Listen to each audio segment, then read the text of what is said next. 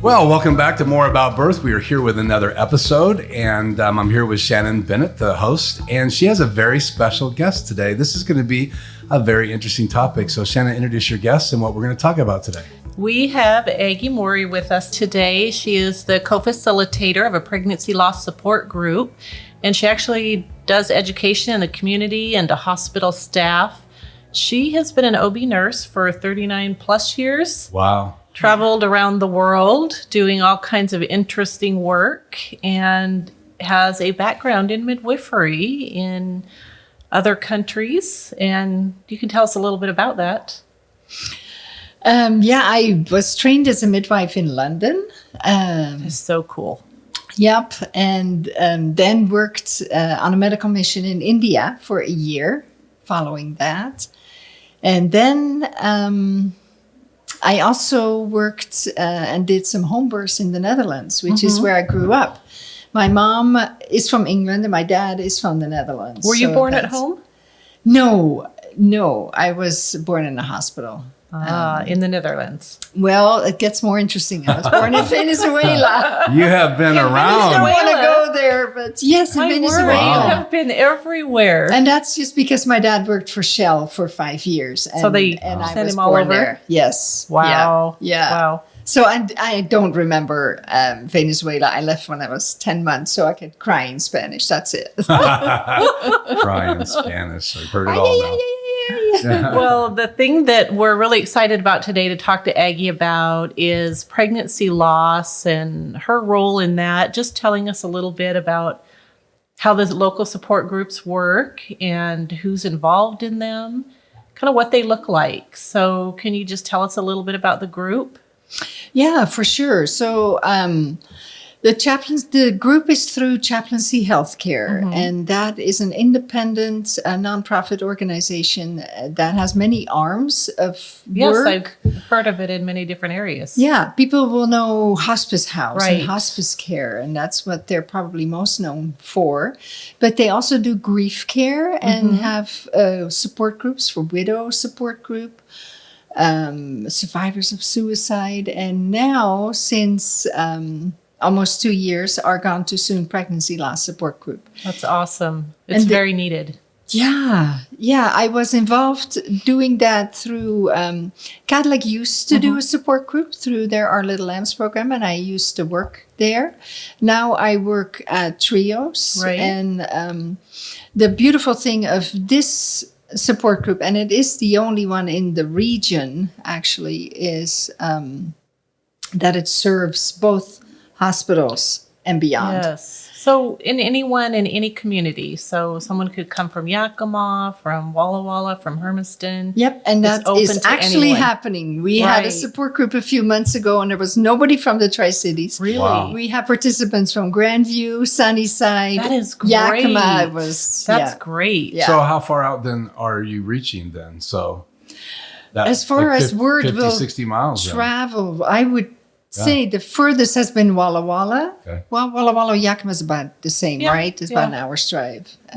Hour 15. Yeah. But it shows you how great the need is, Wow, really. that's incredible. Yeah. Well, so the purpose of this group, is it to gather together and be able to share your grief? Is it an educational time? What kind of happens there? No, and that's such a good question, because I think it intimidates participants and people Yeah. that want to come. They're not sure, is it a therapy group? Because, Right. What's going to happen Yep, when I get yep, there? Am I going to be put on the spot? Yep. So Well, that's true about every group like that. I Well, think. true. yes. You know. Yeah. No, very, very true. So we always say up front, this is not a therapy group. This is your group. And we'll say that at the beginning of each group.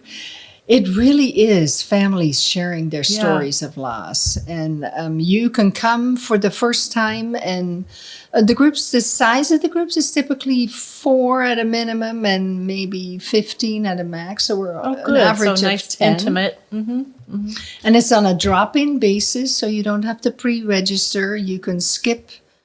You know, a lot of families already have 1 or 2 children at home when they lose a baby. And So there's unpredictable factors. You can't child care or illness. Yeah, yeah. So there's no real commitment to you have to be there at so many meetings or you have to let them know you're coming. No. Just show up. We will send out text messages. I personally will, and reminders. Yeah. So that they know, oh, that's right. It's support group. It's the second Thursday of each month. Okay. And we'll put this at the bottom of the screen so that you have this information. Yeah. So it's just once a month, a drop-in group, no cost, no pre-registration required. And we have mamas that come monthly for a year and then maybe skip a few months and then come back. We have families that come just once and not, again, that was helpful and then they don't come back. Where do you meet at? We meet at the Chaplaincy building. In Kennewick? Which is, it's technically in Richland. It's across the mall, that Spalding Business Center, where... I'm sure I know where that is. You know the Reach Museum by the river? Yes. It's that whole, there's... so kind of over by the Costless Carpet in that area? Yes. And the Tri-City Bible Bookstore? Yep. Okay. That business the center. hidden side of the highway. Yeah. Across the ramp from Columbia Center. When you go to the mall, go to the other side of the freeway. Toward the old Chuck E. Cheese. Yeah. All the parents will know where that is. So it's pretty accessible whether you're in Pasco, Richland, Kennewick, or Walla Walla, Grandview. Yeah. That's awesome. Yeah. When we were talking yesterday, we talked a little bit about who can come to these groups, and you mentioned that not only people who have had a loss recently, but people who are pregnant again. Oh, yes. And walking through that and trying to get through that with the fear and the anxiety they might have about that. Yes. The more we do these groups, the more we find out that is a huge area of need, just the anxiety. And then not just mamas, but daddies and grandmas and... dads or support partners that have such an important role of protecting the pregnant mama from hurt and pain and grief. And then when they're in that situation of a loss, that is really traumatic. And then when you get pregnant again and the fear of that happening again is devastating. Yeah. And what about birth workers like myself or nurses on the OB floors? Are they welcome to come also to the support group? They would be. That actually hasn't happened, but so you're allowed to bring support people, and typically someone will only bring one person. And it is not unusual for a husband to say, that's not my thing, I'm not going. And she'll just bring her friend or her mom. And that's totally fine. Yeah. That's totally fine. And I know you might remember about 2 years ago that I had a mama with twins that had a loss with one of the twins. Oh, yeah. I mean, it's a great story. It's sad, but I was talking to her the other day, and she said that she learned so much through that experience, and she has so much compassion for other people going through it now. And it's such a joy to look at her daughter and know that they came through that, and they're on the other end. So someone like that would still be good to come to the group as an encouragement to others. We love it when moms come that have had a loss that is further out. Because of that very thing. Well, number one, because they never stop grieving. Right. No, we just had her birthday mark, and it was rough. It was a rough day. Yeah. And I've heard a mom say, when I'm 85, I will still be mad at her birthday. Oh. Why isn't she here? And that was 10 years out. Yeah. That particular mom had lost her baby, Kate, 10 years ago. And so it is, it's good for the mom herself, but it's also so meaningful for other moms to say, she survived. Yeah, to see that somebody else that's gone through it, they're okay. They came out on the other end and they learned some things or they found some blessings along the way. Yeah. You mentioned too when we were talking yesterday about just comments that people can make about well, I was only 5 weeks when I miscarried. That doesn't compare at all to having a stillbirth or a baby that dies of SIDS. And you said something very profound when we were visiting about a conversation that you overheard or that you were a part of with two moms talking. Do you remember that? I do. It was actually said in a support group setting. It was when our little lambs was still going on a Catholic. So it was a few years ago, but it was so profound, where there was a mama who'd had a 6-week miscarriage sitting across from a mama who had a full-term stillbirth. And that mom said to the mom who'd had the stillbirth, I cannot imagine carrying your baby through the entire pregnancy and then delivering your stillborn baby. And the mom who'd had the stillbirth looked at the mom who'd had the early miscarriage and said, but you never got to see your baby. You never got to hold your baby. And we were just all in awe. That's amazing. Because you just don't know and don't think about that. And we have come up with a mantra in our support group. There is no hierarchy. It all sucks. Right. Right.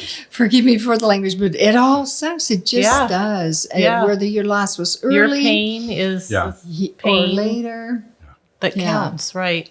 So there's no just 5 weeks. No, there is no just 6 months. No.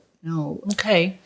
You mentioned a Facebook group. You want to tell the audience about the Facebook group? Yep. We have an online presence, and it's a closed Facebook group, which I think is important because you want to have some sense of privacy. All the families that go through this will have stories of what people, loved ones, have said, well meant, like that are hurtful. At least you're still young. Yeah. You could have another one.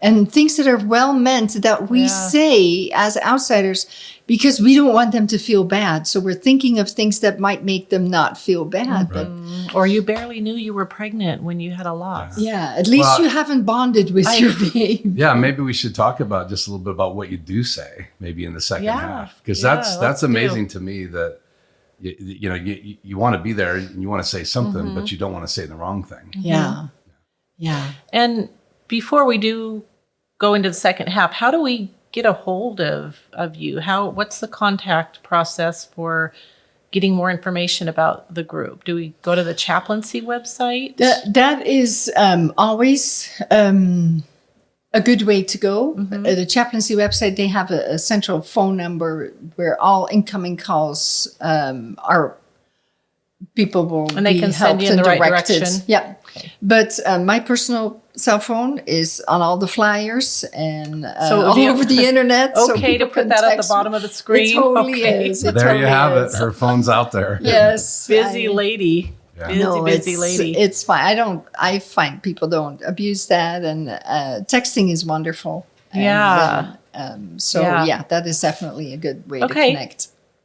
Well, I think we're going to take a quick break and then we'll be back and let's talk about what are some things you can say to someone who's had a loss, and just kind of what it looks like at the hospital when there is a loss, like what the nurses can do to kind of help you through that and what it looks like once you go home for support. So we'll be back in a minute. Well, that's the first half of today's podcast. We are going to be right back after the break with some great questions of how to respond to people that are going through a loss.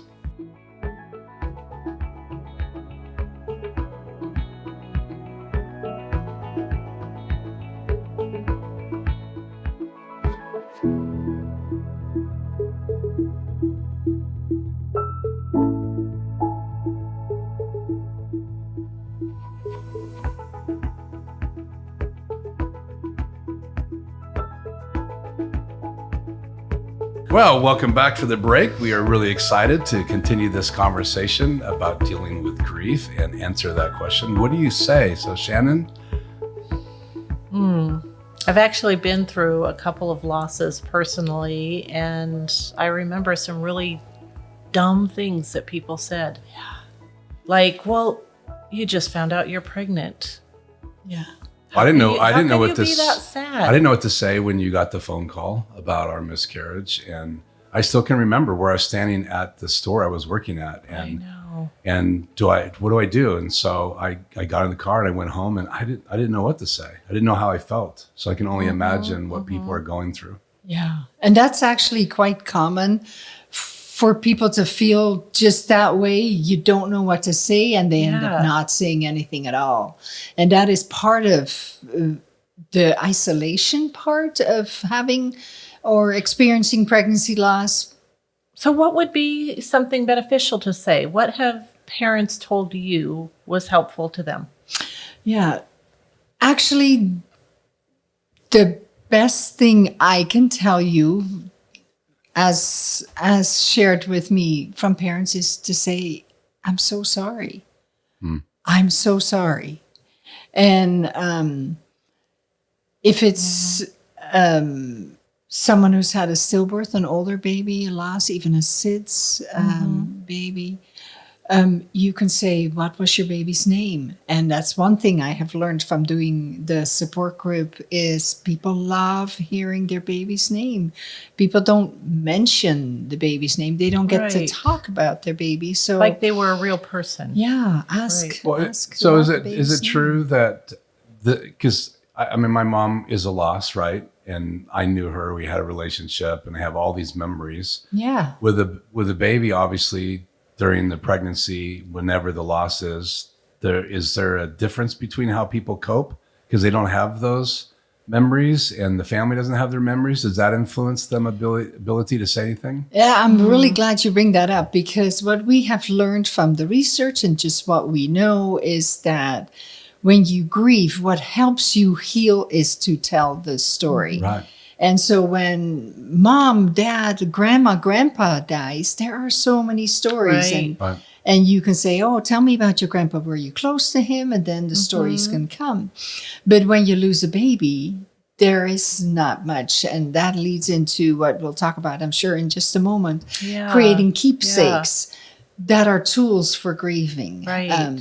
But having named the baby, and I understand with early miscarriages that is not often the case, but still some parents do, even early miscarriages will name it the baby, even though they don't know if it's a boy or a girl. They think of a name that is not gender specific, but to have a name at least is something to talk about and to share. And I suppose, you could ask people about their memories of their pregnancy. Like, was your baby pretty active, or, was your baby quiet in the evening? And did you make any special trips during your pregnancy? That was there something special that you remember that you craved when you were pregnant?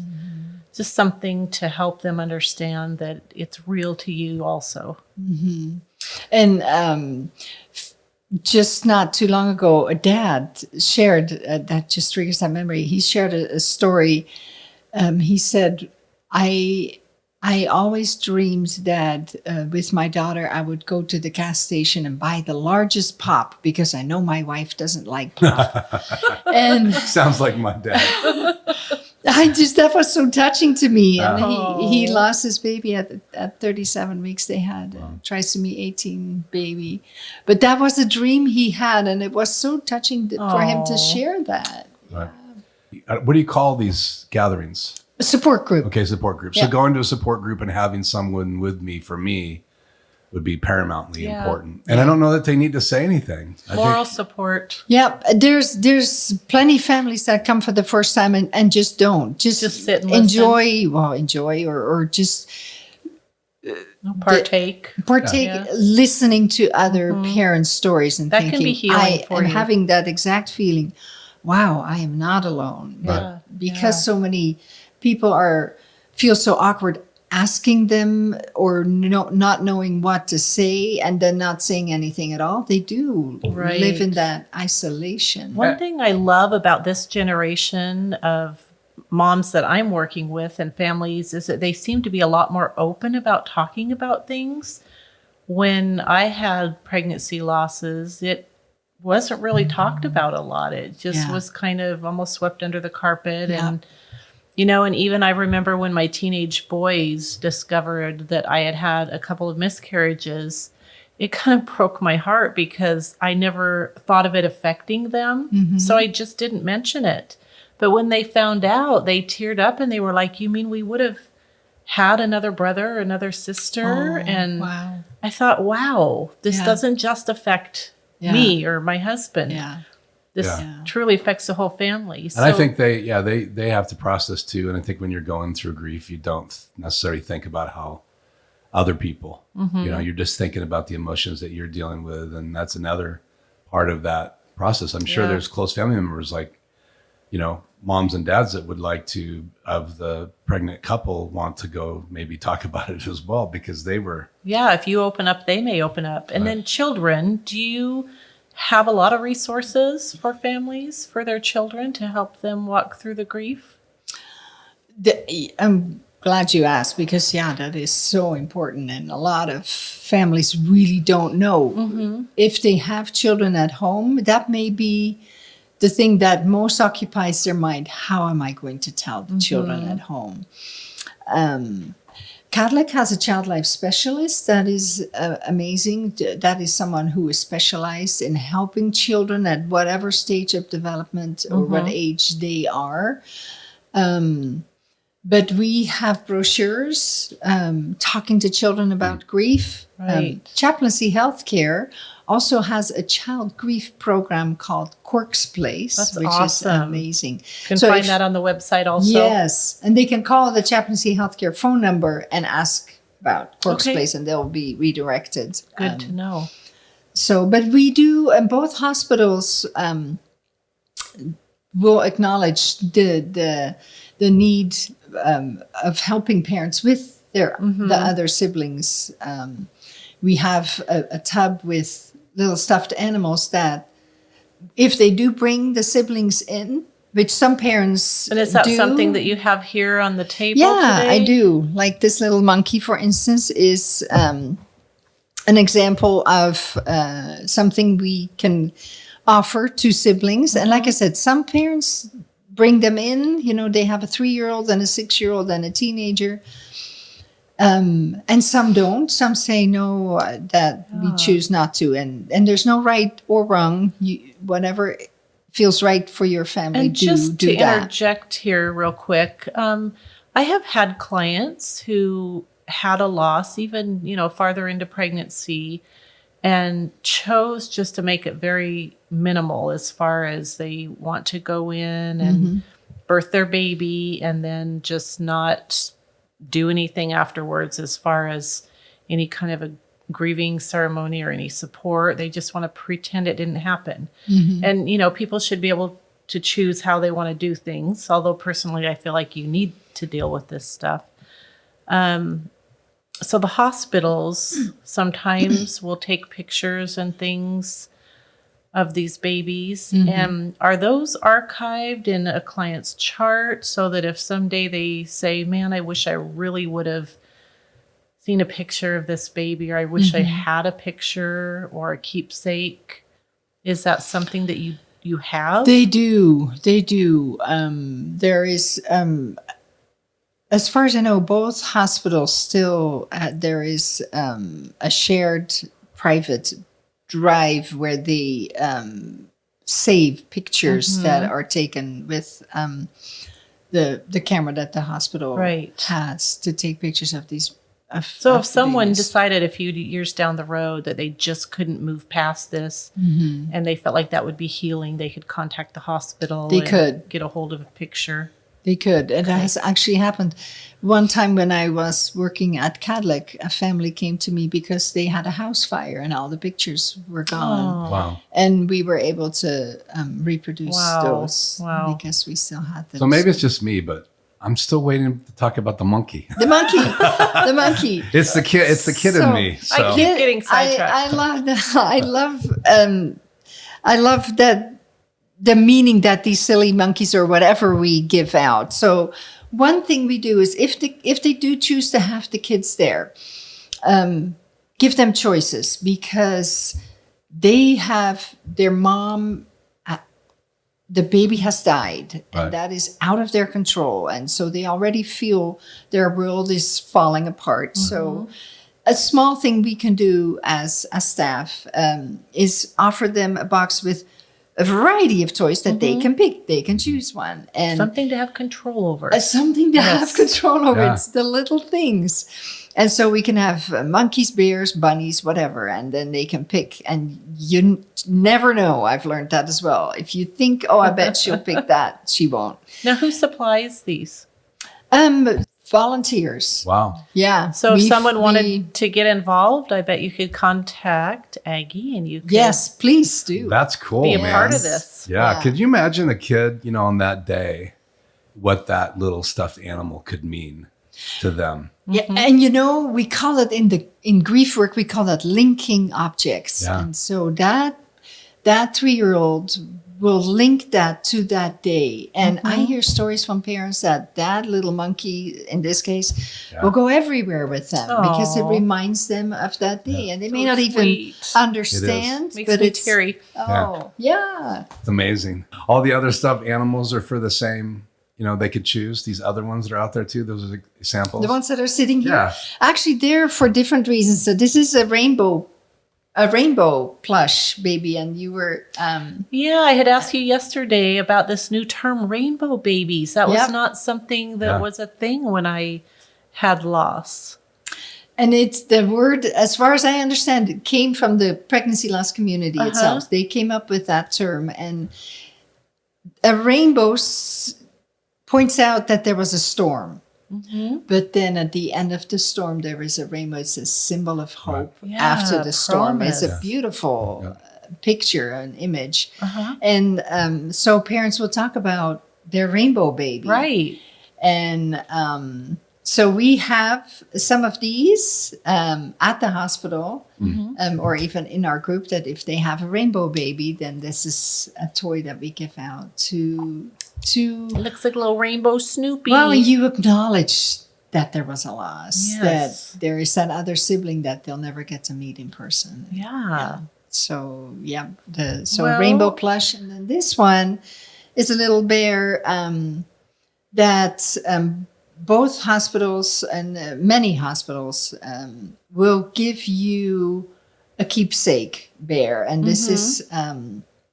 At Trios, we have fundraised among staff.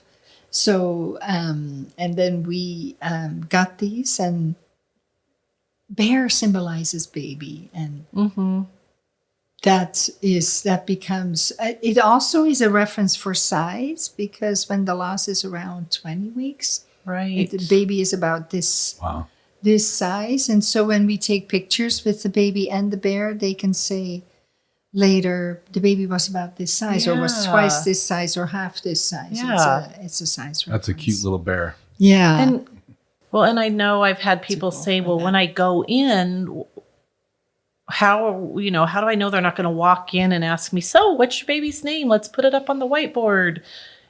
So you have things in place to warn the staff, right? That we have someone and grieving. they do this at both local hospitals or regional hospitals. This is a leaf, and it is, there is a national program that's called Bereavement Services, Resolved Through Sharing. It has 2 names, that many hospitals use their materials to support families. So this is not just a Cadillac or just a Trios thing. No, this is a national thing. It's the gold standard. When JACO, our big organization that checks on us, if they see that we work with this organization, they mark off, okay, they do good care for families that are experiencing pregnancy loss.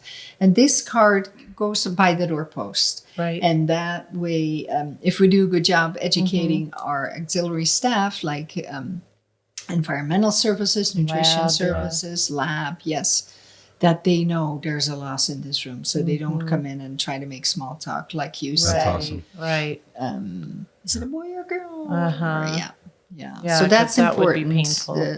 The leaf. And So after these little tiny babies are born, or we've had a stillbirth, what happens after that? I mean, with a fresh newborn baby, mama gets to hold the baby, daddy gets to be with the baby over at the warmer,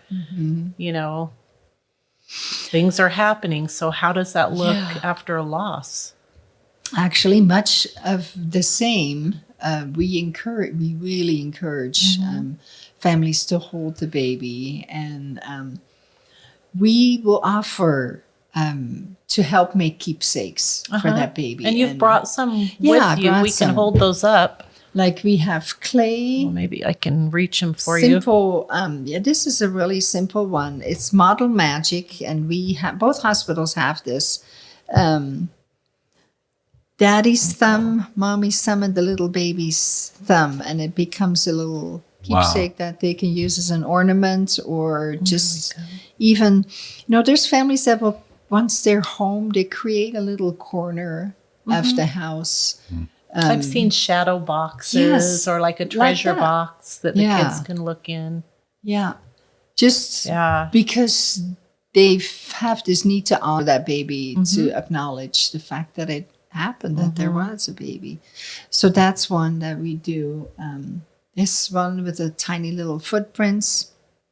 And then we have cookie cutters that we can use the heart shape. That's kind of so tiny. And then there's moms out in the community that make little flannel diapers. Oh. And because there are no diapers for babies that are born at 20 weeks. And so they make them in sets of 2, and both hospitals have those. It's called Tiny Tears, and the organization that make them, and it's mostly moms that have experienced a loss that will make these. They get together. So one goes on baby and one is a keepsake? And one goes in the keepsake box. Wow. Yeah. And is this the keepsake box? That is an example of a keepsake box. Yeah. So do you have volunteers that paint these also? Yes, we do. Sounds like you could use a lot of volunteers. There's in the organization. Always, yes. Yeah. And seamstresses. What a great thing for someone that doesn't know how they can contribute to get involved in.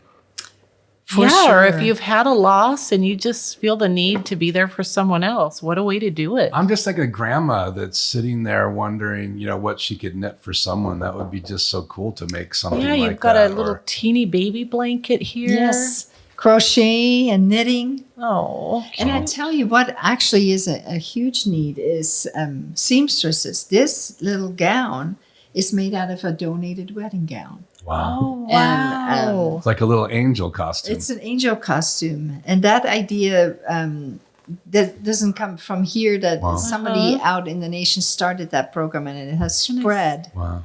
Where people will donate wedding gowns. I currently have a few, and I don't have a seamstress to... Is this someone local? Yes. That's amazing. So you're looking for someone that could do the seamstress for you. That has a machine that will work with the material. If that's partly the problem, I've been told, not a seamstress myself. It takes someone who has a good machine that can work with that kind of material. But it is so meaningful for a family that we can offer them a variety of little gowns for their baby that they That's can awesome. Yes. dress the baby And they in. make them in all different sizes? All different sizes, from just the size of the little bear Oh, that's to so sweet. full term. And Got a this shell will fit on a baby that is maybe 18, 19 weeks.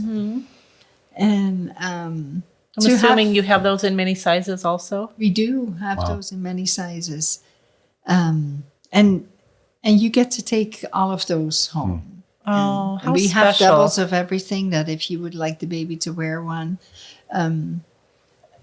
then and keep that with the baby, and then you can have another one in that size in your keepsake box. Wow. And this was really fun. You told me about this. Yep. So this is called a Remembering Heart. It's from a company called Grief Watch. And it's a little heart inside a big heart. And the idea is for the baby to be either buried or cremated with the little heart, and then for the mom or other family member to keep the bigger one. And the symbolism is that they are forever connected. Yeah. So that's and really neat. I've had parents in the support group that will show me, here's my heart, and then they know at the other Yes. parties with baby, and it's so Wow, meaningful. so much. yeah.